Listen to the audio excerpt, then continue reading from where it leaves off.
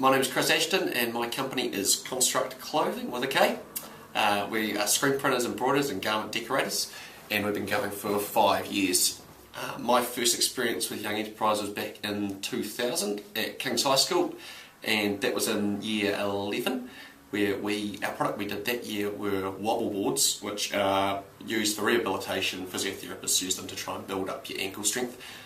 We didn't do too well. I think we might have sold about 20 products. And then the next year what we did is we had a combined group between King's High School and Columba, so 2 of us from King's and 2 from Columba joined forces, and our goal was unashamedly to win the National Cup of the Year in year 13, so at this stage we're year 12. In that year our product we decided to go for were playing cards with 52 different things to do, attractions in Dunedin.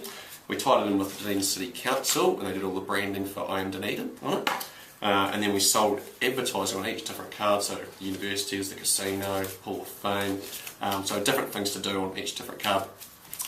And yeah, so that was our product, and it did really, really well. We sold a heck of a lot of them. We made a 12,000% return on investment, and to put a long story short, we won the Young Company of the Year in the 6th form, so we decided, well, what's the point in doing it the next year? So that was my experience at Young Enterprise in a nutshell. Within that though were some absolutely key skills and some awesome memories and things that I've learnt and still use to this day. My number one is really was not being afraid to go and talk to business people and to talk business, to learn a sales pitch, to have an actual script before you go in, instead of just winging it. And a really cool experience was our first pitch we did was to a prominent Dunedin business, which I won't name, but we actually got turned down and it was quite negative feedback we got. You know, this is not going to work, the idea is too kitschy, not going to happen. And at that stage then we could have really, given up and said, hey, well, we could just do it that way, but we decided that we'd go and see someone else, and then we actually got the next one, and the next one, and the next one. We sold all 52, and he was the only one that turned us down. And it turned out we went back and saw him, and he decided to take one himself in the end, so that worked out really well. So a good lesson from that was not to sit back and get negative, but just always to look forward and progress and just learn from those wee mistakes. Really. So from there I finished 7th form and I decided I'd go to university, and think I wanted to be a dentist at that stage. I got to university, then decided that wasn't quite for me, so I did a law degree and a little bit of marketing.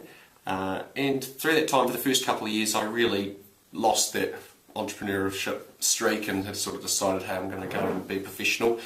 Until I met my business partner, Mark, through law school, who was one of those dudes that just always got something on the go, has got ideas to burn, always an ideas man. And he had this cool idea. I think we were watching the OC one day, which I don't watch anymore, but and all the kids on there had a Leavers jersey with the name of their college that they were going to go to for next year, and so we thought that was a pretty cool idea. So we went to the University of Otago marketing department and asked if we could use their name to put on some hoodies. And so we went and got all these hoodies screen printed. We didn't do our printing ourselves at that stage. I think we put in about $10,000 worth, so we thought this is going to go great. So we got $10,000 worth of hoodies. We're going to go flog them off on campus, easy peasy. So we targeted the orientation week, we set up a stall, and we sold 4 hoodies, and we thought, oh no, this is not good. So then we went crazy with marketing around campus. We chalked all over the pavements, we went into lectures and gave advertisements before lecture theatres, and we advertised a sale that we were going to have in 2 weeks at the Clubs and Societies building. So needless to say, the sale came round and we just cleaned it up. We sold all our stock, made a big profit. We thought this is pretty cool, so we just kept doing it. And so we do sales every twice a semester. And then we started to get schools, other schools like the School of Pharmacy and the Summer Students Association. They came to us and said, hey, can you make us some cool hoodies as well? So we thought, sweet, yep, no props.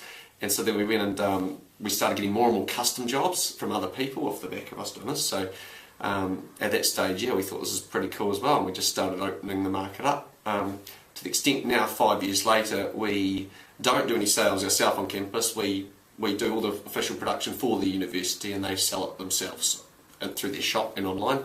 And we print the length and breadth of the country, and We've got over 60 high schools that we print for around the place at the moment, which is keeping us very, very busy. And that's really the story behind Konstruct. So we're going from strength to strength at the moment. We try and just make it as easy as possible because we know how hard it can be organising it, having been on the other end of the table. And we just stick to our core values that we have and that we abide to, we keep on our wall and we live and breathe every day. And yeah.